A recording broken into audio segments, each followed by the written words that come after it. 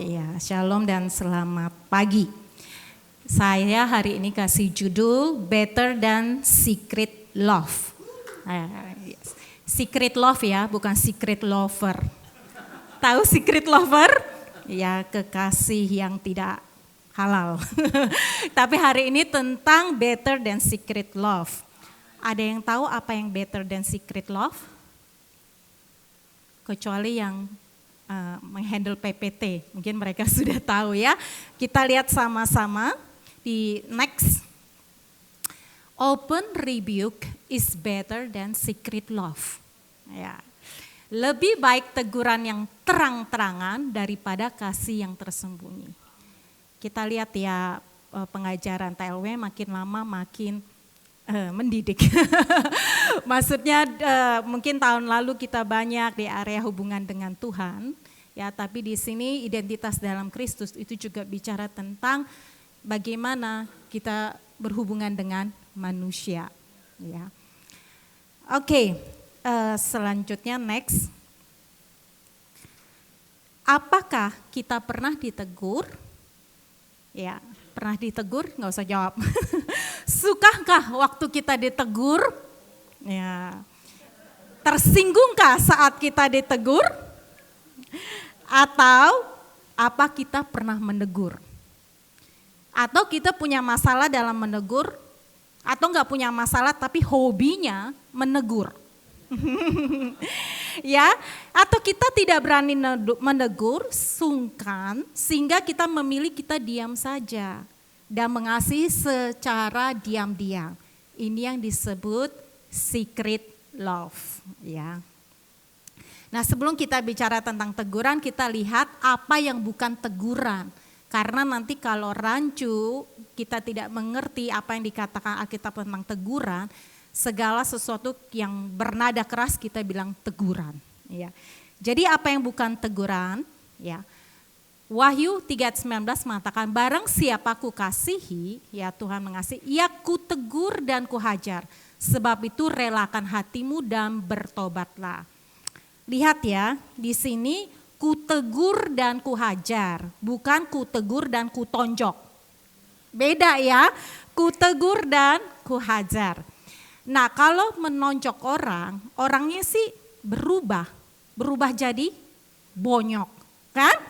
Iya, orangnya berubah jadi luka-luka, ya. Terus kemudian orangnya menjadi sakit, ya, secara fisik saja, bukan hanya secara hati. Nah, apa yang bukan teguran? Teguran itu bukan hukuman kekal. Kita sering menyamakan teguran itu adalah hukuman.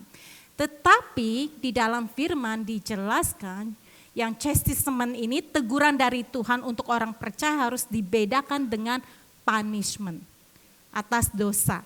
Karena hukuman dosa ini sudah ditanggung sama Yesus di kayu salib. Jadi menegur tidak sama dengan menghukum orang atas dosa. Ya.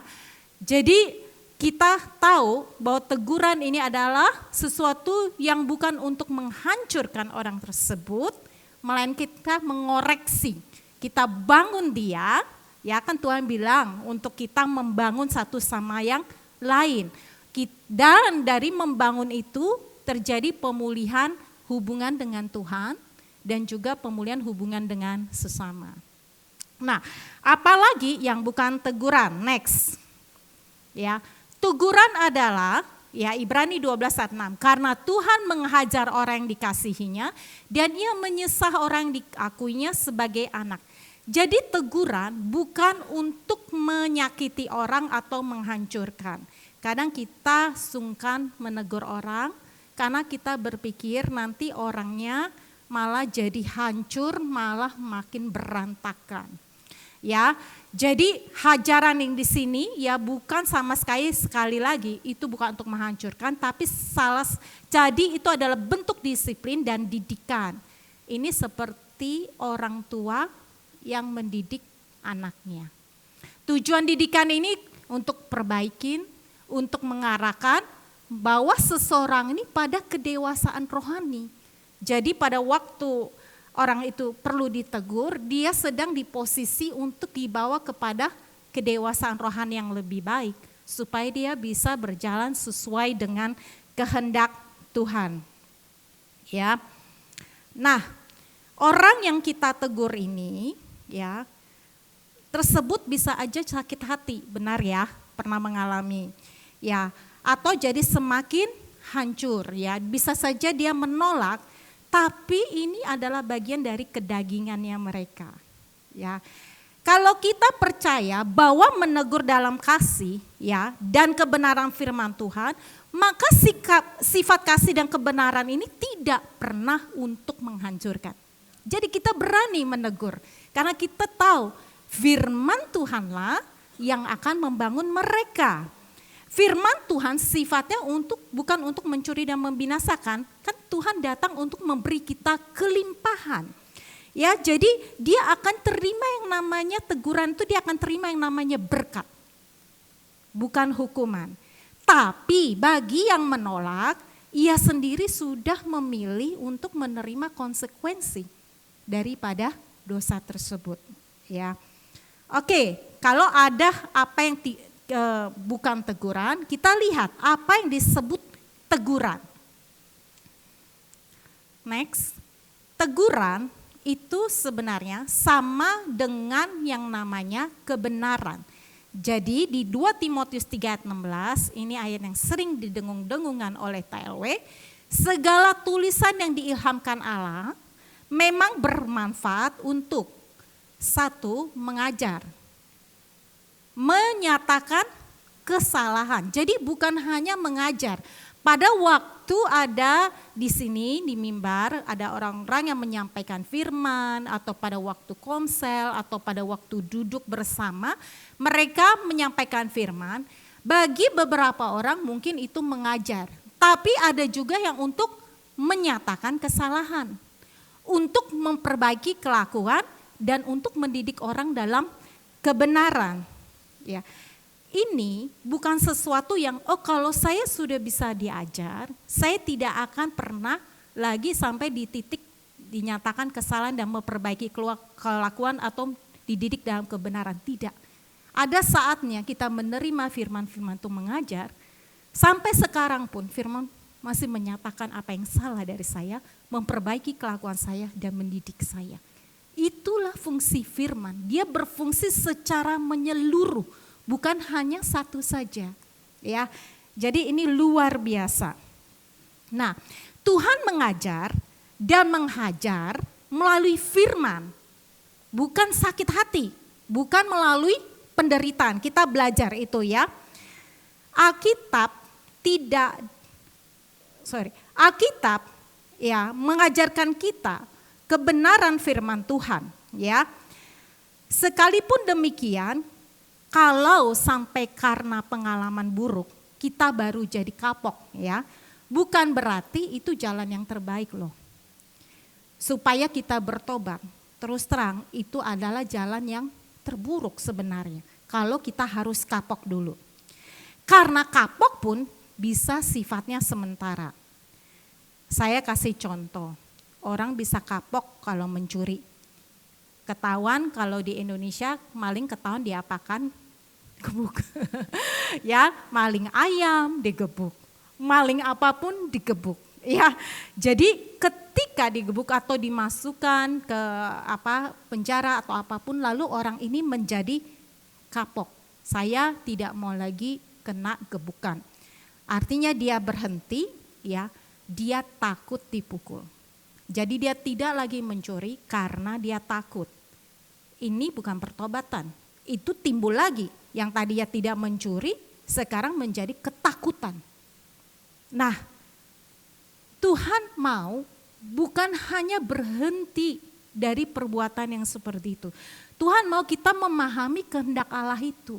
Ya, karena dia mau kita paham pada waktu kita mencuri sebenarnya kita tidak sedang memberkati orang. Ya, jadi orang perlu mengenal Allah, mengenal firman-Nya. Waktu dia tahu bahwa Allah sanggup mencukupi kebutuhannya, ya, dia bukan hanya dibebaskan ya dari perbuatan mencuri, tapi dari kekhawatiran, dari keegoisannya. Jadi soso itu, keselamatan itu kan menyeluruh. Bukan hanya bicara tentang berhenti dari suatu tindakan. Tetapi dari hati Tuhan juga mau memulihkan.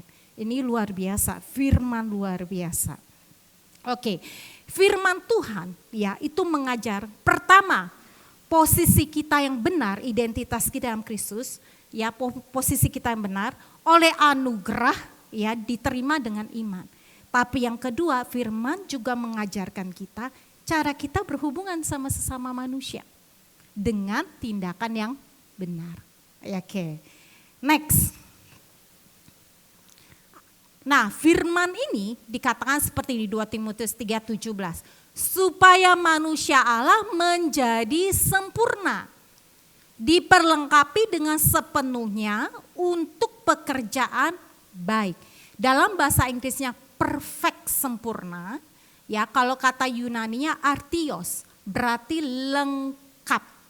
Itu yang tadi saya bilang, ya bukan hanya perbuatannya tapi hatinya juga terkoreksi.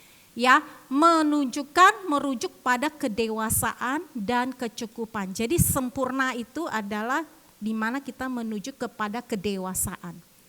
Nah, firman Tuhan itu yang menjadikan kita lengkap, dewasa dan cakap untuk setiap perbuatan. Kita bisa belajar, ini pilihan kita ya, melalui firman atau kita bisa belajar dari kesalahan kita. Mau pilih yang mana? Pilih yang terbaik ya, pilihannya ada di tangan kita.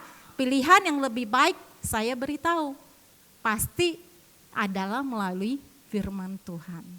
Ya, itu adalah kebenarannya. Oke, tapi sayangnya ya banyak orang justru lebih memilih untuk dihajar oleh penderitaan dahulu, padahal itu bukan rencana Tuhan. Oke. Nah, jika kita ya menegur seseorang menggunakan firman, kita membantu dia dan mengoreksi dia supaya dia jangan mengalami hal yang lebih buruk lagi, itu ya. Oke. Next. Jadi, apa itu teguran yang terang-terangan? Next ya. Amsal 27:5 yang tadi, lebih baik teguran terang-terangan daripada kasih yang tersembunyi, open rebuke. Ya, kalau kita berpikir kalau saya sayang sama orang tersebut, sudahlah, jangan sampai dia merasa tidak nyaman. Nah, ini cara berpikir yang salah. Kasih yang sejati tidak hanya mengampuni, udahlah saya ampuni, titik. Tapi dia juga mengoreksi, dia juga membangun dalam jangka yang panjang. Kasih yang tersembunyi sebaliknya kita enggan untuk bertindak, membiarkan orang itu untuk terus hancur. Pada akhirnya malah membahayakan mereka. Jadi akhirnya kita cari yang nyaman, kita berpikir orang itu yang tidak nyaman. Sebenarnya tanpa disadari yang tidak nyaman itu kita. Nah, Tuhan juga mau mengajar kita hari ini. Hari ini mungkin firman-Nya antara mengajar dan menegur kita semua. Ya, terima. Nah, ada satu kalimat yang saya baca dari Andrew ini bagus sekali. Dia bilang begini, berbicaralah kepada orang yang menyinggung kita sebelum kita berbicara tentang mereka. Ya, banyak masalah akan selesai kalau kita berbicara kepada orang tersebut dahulu. Ya, sebelum kita berbicara kepada orang lain tentang mereka. Kadang-kadang kita enggan sehingga kita cari orang lain. Dengerin ya, saya mau cerita sesuatu. Orang ini sekian-sekian, kita doakan ya. Nah, atas nama doa, tapi di sana ada sakit hati, curhat dan sebagainya ya. Nah, sebenarnya juga ada dendam dan semuanya. Akhirnya orang yang itu mendengar, oh si A sekian-sekian. Terus yang menyampaikan si B bilang, kamu jangan bilang-bilang siapa-siapa ya, orang ini seperti ini. Kemudian si A pergi ke orang lain. Aku dengar ya sekian-sekian ke C. Yang mendengarnya, oh begitu. Tapi si A bilang jangan bilang siapa-siapa. Akhirnya dari D ke E, jangan bilang siapa-siapa. Jangan bilang siapa-siapa, tapi siapa-siapa semuanya mendengar. Masalahnya bukan hanya itu. Kalau di WhatsApp, itu kan copy paste. Kita di Tailways sukanya copy paste. Khususnya happy birthday. Oke, ya. Jadi itu ada orang yang mengucapkan selamat ulang tahun. Terima kasih kepada yang mengucapkan di sana. Banyak sekali kita tinggal copy paste. Tapi kalau copy paste WhatsApp, itu kata-katanya sama dan serupa.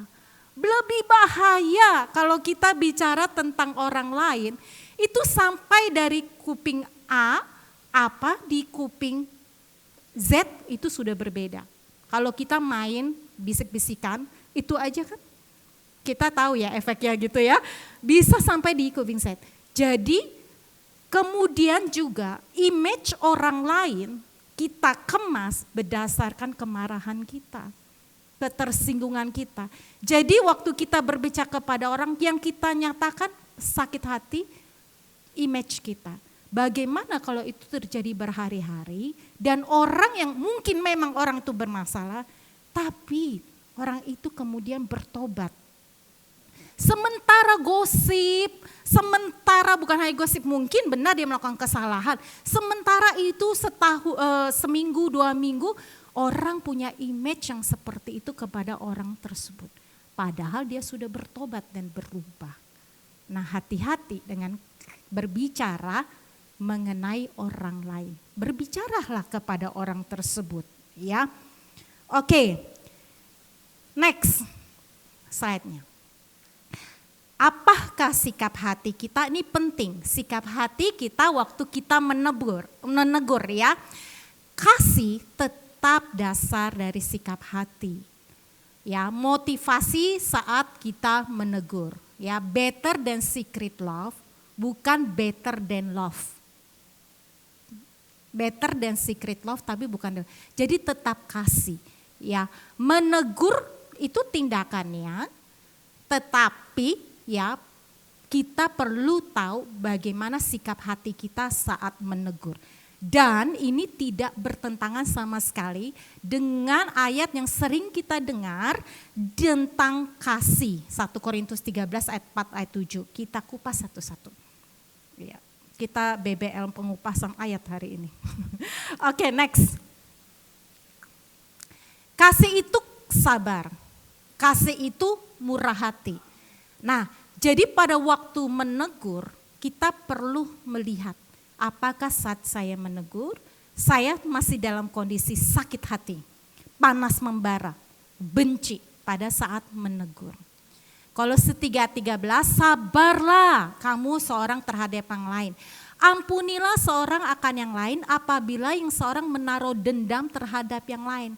Sama seperti Tuhan telah mengampuni kamu, kamu perbuatlah juga demikian.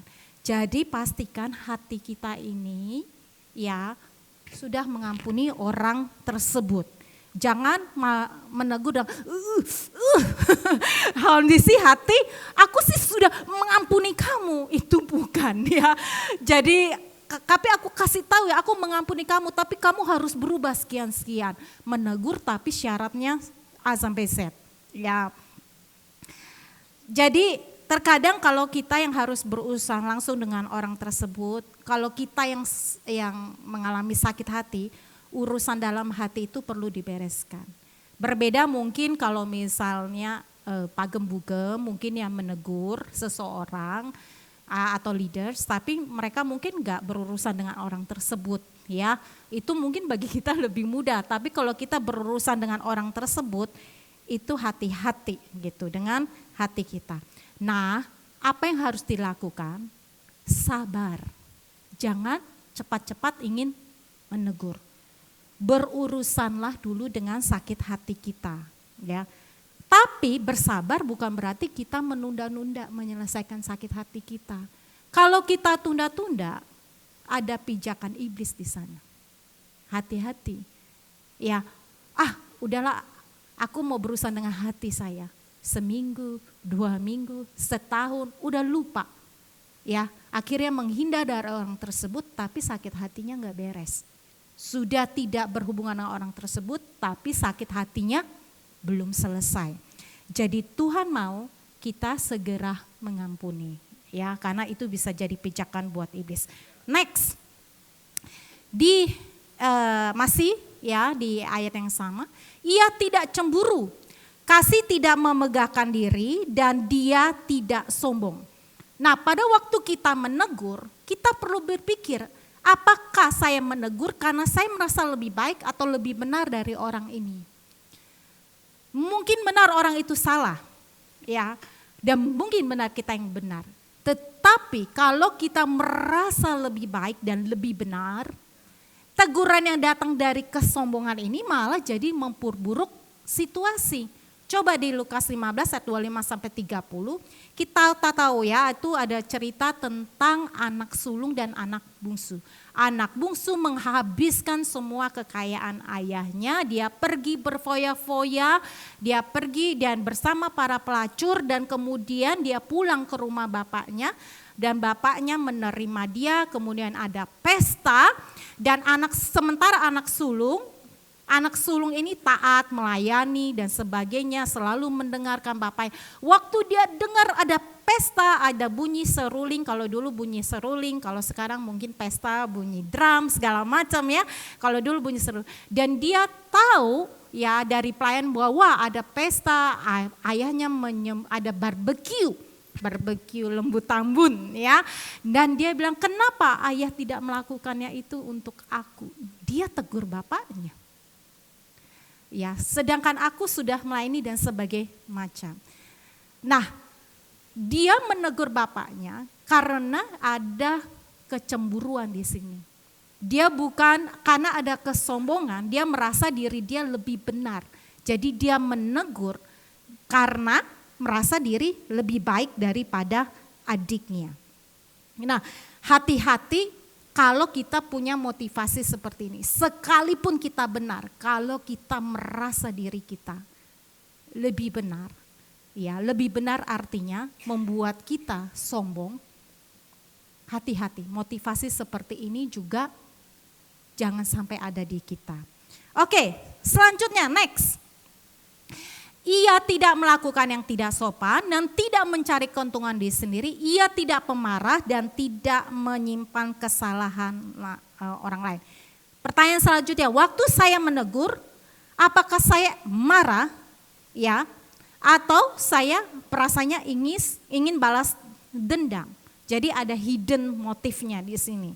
Efesus 4 ayat 26 sampai 27 mengatakan begini, apabila kamu menjadi marah, janganlah kamu berbuat dosa, dendam maksudnya sini.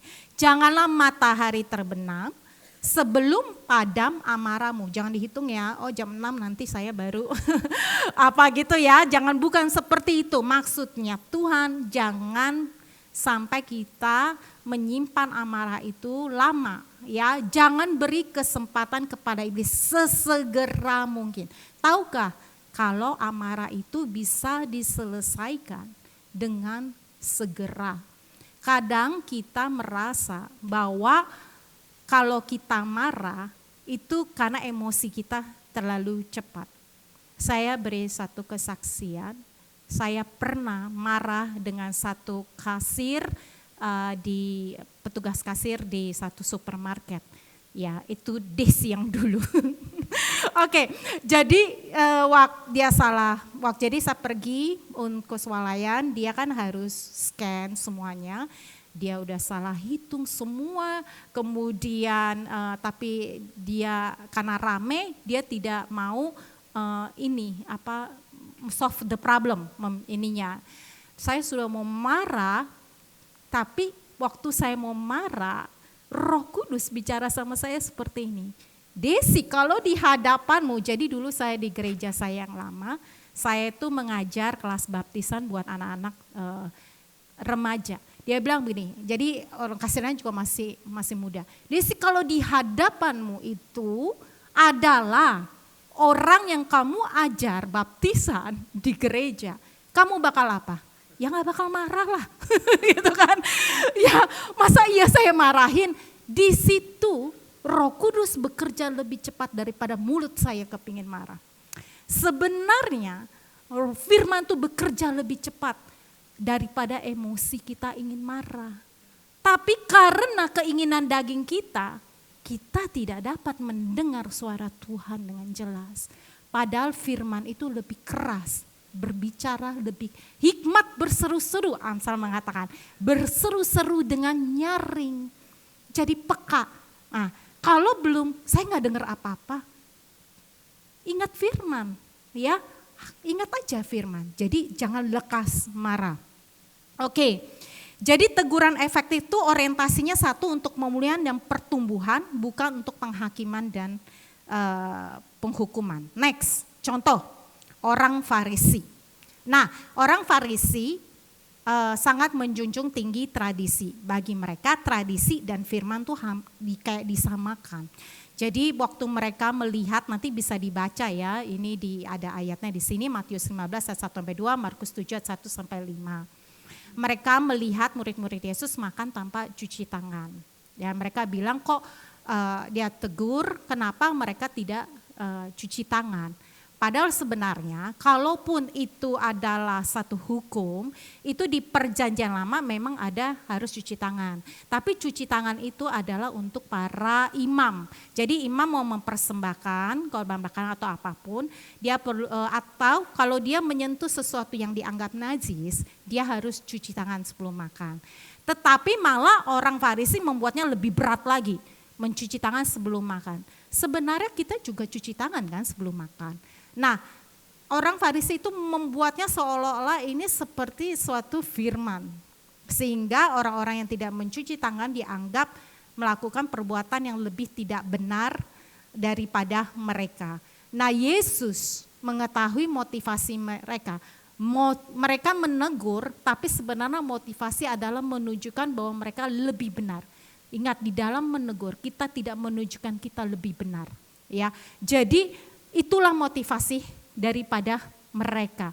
Sebenarnya tentang mencuci tangan kita tahu itu hanya tentang higienik aja ya, kebersihan. Bukan sesuatu tentang keselamatan, bukan. Tetap aja kita cuci tangan. Kalau kita tidak cuci tangan, paling kita geli gitu kan ya.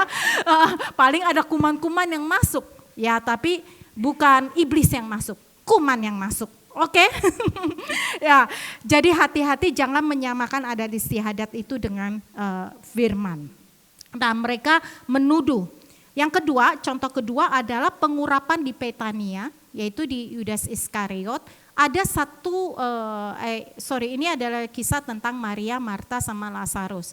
Jadi Lazarus makan bersama Yesus, Marta melayani. Kenapa Marta nggak pernah makan bersama ya?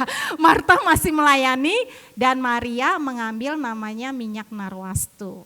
Nah, ini minyak wangi dan itu dia ambil 1/2 liter.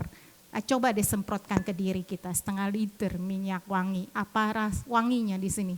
Ya, semua wangi ya.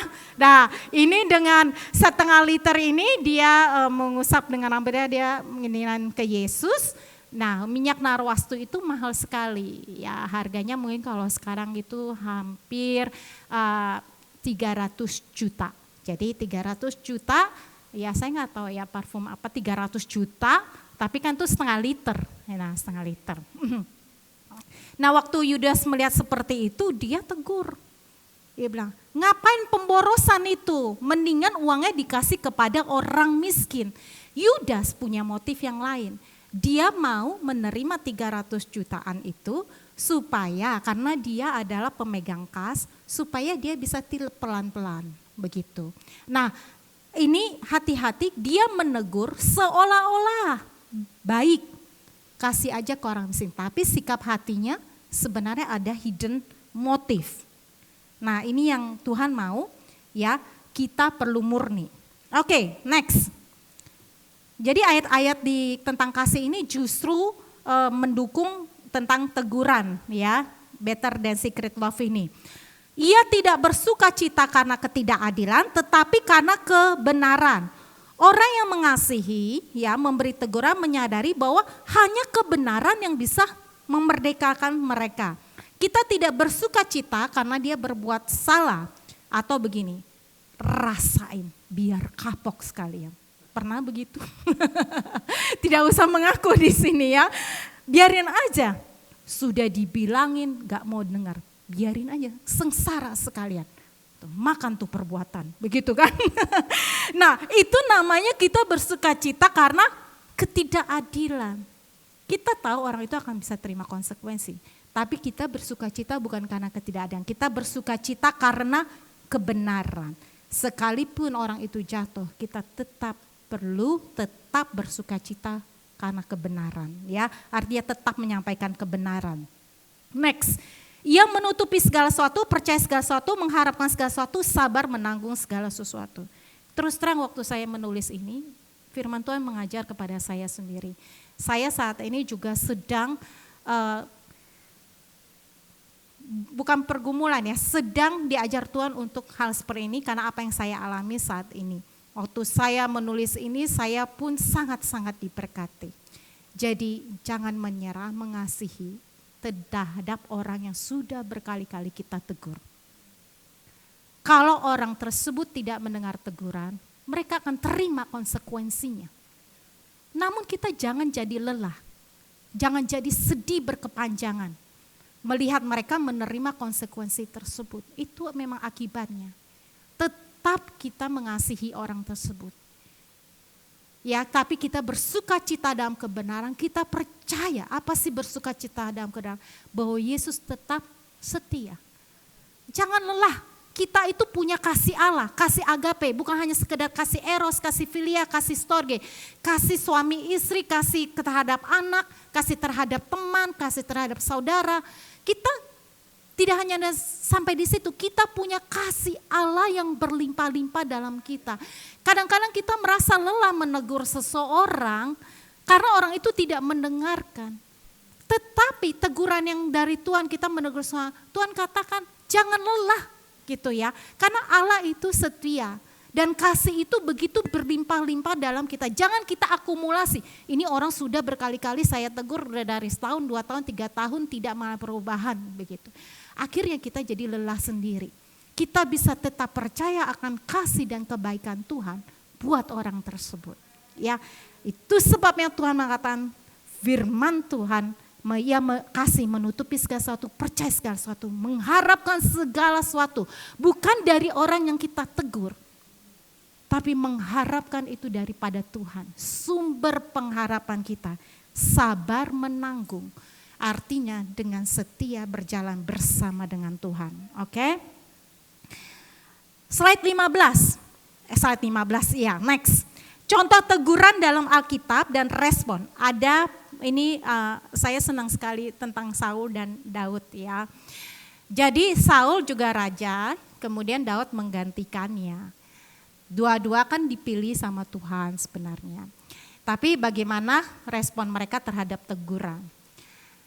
Samuel ini pemimpin rohani, dia yang mengurapi Saul waktu jadi raja. Saul waktu tidak taat perintah Tuhan. Tuhan minta dia untuk memusnahkan seluruh bangsa Amalek, seluruh, termasuk sampai ke ternak-ternaknya harus dimusnahkan. Nah, tapi Saul ternyata tidak memusnahkan semuanya. Dia tidak memusnahkan rajanya dan juga yang terbaik ternak-ternaknya juga tidak dimusnahkan. Nah, waktu Samuel menegur Saul, dia punya respon seperti ini ya. Bahwa dia demikian, dia bilang, aku ini berdosa, tapi ada tapinya, dia bilang, aku ini karena rakyat itu bilang seperti itu ke saya, jadi dia menyalahkan rakyatnya. Dia tidak benar-benar bertobat ketika ditegur. Apa yang terjadi pada akhir hidup Saul, kita melihat bahwa pada akhirnya dia tidak lagi menjadi raja, bahkan mati ya. Dan Nabi Nathan juga menegur Daud. Jadi dua raja ini melakukan kesalahan. Saul melakukan kesalahan, Daud juga melakukan kesalahan. Tinggal 10 menit, padahal punya saya ada setengah jam. Oke. Jadi kayak saya akan seperti itu, speed up. Nathan menegur Daud. Nathan adalah nabi yang dekat dengan Daud ya. Waktu ditegur, Daud kan berzina, bahkan berzina dengan Batseba, bahkan dia merencanakan pembunuhan Uria. Nah, Nabi Nathan ini menyampaikan, caranya menyampaikan, dia tidak langsung menuduh, dia kasih perumpamaan kalau ada orang kaya punya banyak domba, tapi kemudian orang miskin itu curi, gimana? Orang kaya itu curi, punya orang miskin yang punya 1 ekor domba. Terus si Raja Daud bilang, wah gak boleh tuh orang seperti itu. Dan Nabi Nathan, kamu adalah orang yang seperti itu. Waktu mendengar seperti itu, dia bertobat dan tidak bilang, gara-gara Batseba sih mandi, gitu kan enggak. Dia kan enggak begitu ya. Jadi dia langsung bertobat begitu. Nah, dia menerimanya dan dia bertobat. Oke, next. Ini tadi saya sudah jelaskan, jadi langsung saja. Ya, ada respon yang berbeda. Next lagi. Jadi apa manfaat teguran? Ya, teguran pada waktu kita ditegur nggak akan menyenangkan, tapi dia akan hasilkan buah kebenaran dan damai bagi mereka yang terima teguran. Teguran itu dapat menyadarkan seseorang pada kesalahannya. Pertama dia akan hancurkan kebiasaan buruk. Saya punya teman yang pernah menegur saya, bukan suka menegur, dia pernah menegur. Jadi waktu kami, itu zaman waktu saya ikut youth, ya, saya nggak sadar ternyata kalau saya berbicara, kalau orang berbicara panjang lebar, saya suka nggak mau dengerin. Jadi saya potong-potong pembicaraan tersebut. Ya. Jadi saya itu bukan benar-benar pendengar yang baik. Bahkan kalau orang teleponan sama saya, dulu kan pakai handphone tuh ya, saya bisa ketiduran. Saya nggak peduli dia lagi curhat atau apa, pokoknya saya ketiduran. Nah, teman-teman saya ternyata membicarakan saya. Jadi kalau kita biasanya ada kumpulan teman-teman kan, kalau youth, teman saya ini satu, dia datang kepada saya, dia bilang, Desi, tahu nggak, kamu ini sering memotong pembicaraan seseorang. Saya bilang, masa iya? Saya tidak sadar. Tapi karena dia menyatakan itu kepada saya, sampai hari ini, ya saya sangat menghargai dia dan dia adalah sahabat dekat saya sampai saat ini. Dia tinggal di negeri yang jauh, tapi kami masih sangat-sangat baik. Dan kalaupun dia ada salah, saya juga menegur dia. Sampai sekarang hubungan kami baik sekali. Jadi itu menghancurkan kebiasaan buruk saya. Nah, kedua, menghancurkan kesombongan. Ini saya bicara tentang saya aja ya, bagaimana Tuhan menegur saya. Saya sering kok dapat teguran. Makanya ya kan ada perubahan karena teguran. Suatu kali ketika saya bilang sama Tuhan, Tuhan saya mengalami satu masalah, tapi saya sudah pelayanan. Saya bilang, Tuhan saya sudah pelayanan, kok saya mengalami masalah.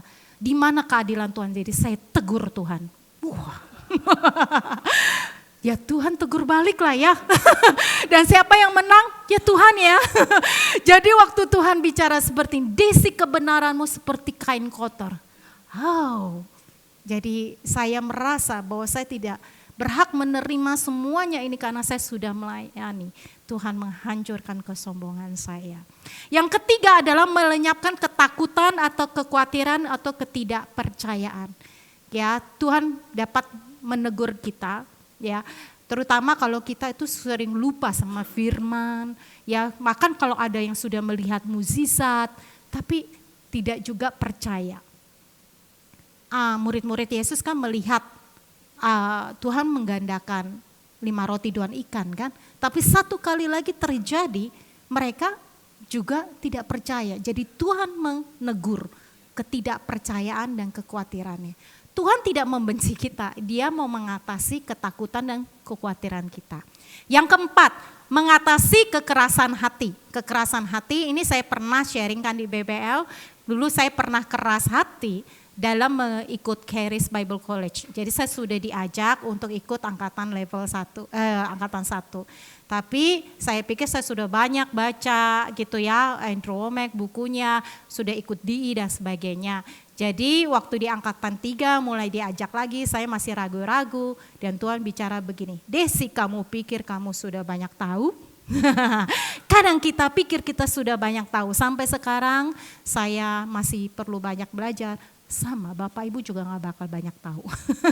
Maksudnya sekalipun kita mendengar banyak ya bukan berarti kita berpikir bahwa kita bisa berdiri teguh. Kita tetap memerlukan firman itu setiap saat. Itu mengatasi kekerasan hati. Kelima, mencegah keadaan menjadi lebih buruk.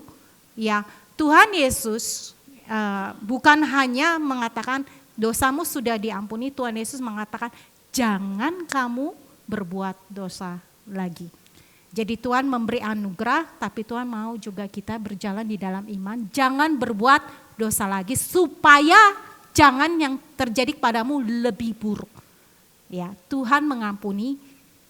Jangan hanya berkata Tuhan mengampuni saya. Tapi kalau kita tetap berjalan di jalan yang sama, maaf, bukan mengalami hal yang sama, tapi justru mengalami keadaan yang lebih buruk. Hati-hati. Terus keenam, mendatangkan kehidupan dan berkat. Alkitab mengatakan teguran itu mendatangkan kehidupan dan berkat. Kalau begitu banyak manfaatnya, kenapa kita enggan menegur? Sedangkan ini bermanfaat bagi orang-orang tersebut, ya. Dan habis itu selain manfaat, bagaimana kita menyampaikan teguran dan terima teguran? Untuk menyampaikan teguran, kita selesaikan tadi sudah saya bahas di Galatia 6 ayat 1. Saudara-saudara, kalaupun seseorang kedapatan melakukan suatu pelanggaran, maka kamu yang rohani harus memimpin orang itu kembali ke jalan orang benar dalam roh lemah lembut. Jadi tadi sudah dibahas, selesaikan masalah hati dahulu. Ya, tapi jangan berlama-lama. Yang kedua, jangan mengalihkan tanggung jawab. Besi menajamkan besi, manusia menajamkan sesama. Khususnya kalau orang ini sudah tahu firman dan kita tahu firman, kita adalah besi dan dia adalah besi. Besi itu bukan masalah ya atau penderitaan. Besi tidak menajamkan, penderitaan tidak menajamkan kita. Ya, firman, orang yang memiliki firman itu yang menajamkan orang yang memiliki firman juga. Itu menajamkan sesamanya. Hati-hati, kita sering berkata kalau saya ketemu orang yang bermasalah, itu yang menajamkan saya. Orang berbuat punya masalah, itu malah semakin drain kitanya. Jadi kita tahu orang ini punya firman, tapi mungkin dia lupa dan dia tidak memahami. Jangan kita alihkan tanggung jawab seperti ini. Kayaknya Ibu Marlina ini tegas, Ibu maybe aja yang negur ya. Semakin tajamlah Ibu maybe. Gitu kan, sedangkan yang ini semakin tidak tajam, kamu aja. Atau ya kita juga menegur seseorang yang seharusnya bukan otoritas kita menegur. Contoh, saya nggak bisa main menegur Faith aja nih ya. Saya bukan guru sekolah minggunya, ya. Saya juga bukan leadernya. Jadi kalau misalnya Faith nih makan di sini terus sembarangan, saya nggak bisa, Faith, kamu jangan begitu. Saya nggak bisa, yang bisa adalah mamanya. Tapi saya bisa bilang gini, Faith, mari kita main buang-buangan yuk, main buang-buangan sampah. Saya bisa mengajak dia dia membuang sampah, tapi dia tidak memahami, itu adalah teguran. Yang dapat melakukan adalah ibunya, begitu. Jadi saya juga tidak bisa menegur Stephen karena Stephen ada di bidang departemennya AVL ya. AVL ya? Ya betul. Yang dapat menegur adalah Pak Kadi. Kalau misalnya Stephen datangnya telat, Stephen kamu kok datangnya telat sih sekian macam. Ya siapa saya? Ya, tapi Pak Kardi adalah orang yang punya hak untuk menegur begitu. Jadi itu kita perlu tahu juga, jangan cross tanggung jawab ya. Berani bertanggung jawab tapi juga jangan cross tanggung jawab, jangan mengalihkan. Yang selanjutnya next, kita minta hikmat dari Roh Kudus cara bagaimana menegur seseorang. Yakobus 1:5, kalau kita kurang hikmat kita minta sama Tuhan ya untuk bagaimana menegur seseorang. Penting untuk tahu bagaimana menegur seseorang. Jangan hanya karena kita tahu orang itu salah, kita langsung menegur. Tanya Roh Kudus. Roh Kudus memang akan kasih tahu kita akan menegur. Tapi tanyakan juga, mintakan hikmat bagaimana menegur orang tersebut. Tuhan berbicara kepada saya dua bahasa, antara bahasa Indonesia dan bahasa Inggris. Tuhan tidak pernah berbicara kepada saya bahasa Jawa, bahasa Belanda, bahasa Mandarin. Karena Tuhan tahu cara saya menerima adalah melalui bahasa Indonesia dan bahasa Inggris. Nah kalau kita harus memahami cara orang ini menerima bagaimana, bukan kita menutupi message-nya ya. Message dan pesan harus tetap tersampaikan, tapi tanyakan Tuhan caranya bagaimana. Itu penting. Oke. Dan Alkitab mengatakan bahwa kalau 3 ayat 16, perkataan Kristus harus diam dalam segala kekayaan di antara kamu. Ya, kita tidak tiba-tiba menegur, setiap hari renungkan firman sehingga kita mengetahui dengan tajam bagaimana saya harus menegur dengan firman. Karena perkataan Kristus yang perlu keluar dari kita, bukan perkataan-perkataan yang lain ya untuk menegur. Oke, next. Waktu saya semakin mau habis. Kalau tadi memberi teguran, kalau sekarang bagaimana kita terima teguran? Kita terima dengan terbuka. Siapa mencintai didikan, mencintai pengetahuan. Ini bukan saya yang bilang, Alkitab. Siapa benci teguran adalah dungu. Saya tidak bilang ya. Amsal 12 ayat 1. Ya, juga ada respon yang membangun. Jika teguran itu benar, akui saja kesalahan kita. Kadang-kadang orang nyampainya juga, maksudnya cara menyampaikan tidak benar. Tapi fokus pada pesannya. Oh ternyata ini sekian. Mungkin cara menyampaikannya gitu ya. Gak apa-apa, mungkin antara orang yang bersuku tertentu berbicara dengan berbeda dengan suku tertentu. Fokus pada pesannya ya. Oke, bertobat dan berubah setelah terima teguran, kita dibersihkan, dikoreksi, menguatkan, lalu kita mengalami perubahan. Oke, next. Apa yang terjadi kalau kita tidak mendengar teguran? Sekali lagi ini Alkitab yang bilang, siapa mengabaikan didikan, dia membuang dirinya sendiri. Aduh, sedih ya. Despise his own soul, jiwanya dianggap rendah. Siapa dengerin teguran, Tuhan bilang dia akan peroleh akal budi. Outstanding. Kemiskinan dan cemooh, kemalu-malu, kemiskinan sama rasa malu akan menimpa orang yang mengabaikan didikan. Tapi kalau orang mendengar teguran, ia dihormati. Kalau kita sering ditegur, itu berarti kita belum mendengarkan. Kalau sering ya, berarti dengarkan baik-baik. Jangan sampai kita membuang diri kita sendiri. Oke, next. Jadi kalau kita masih bergumul yang namanya saya takut dalam hal menegur, Alkitab membangun kita di dalam kasih tidak ada ketakutan.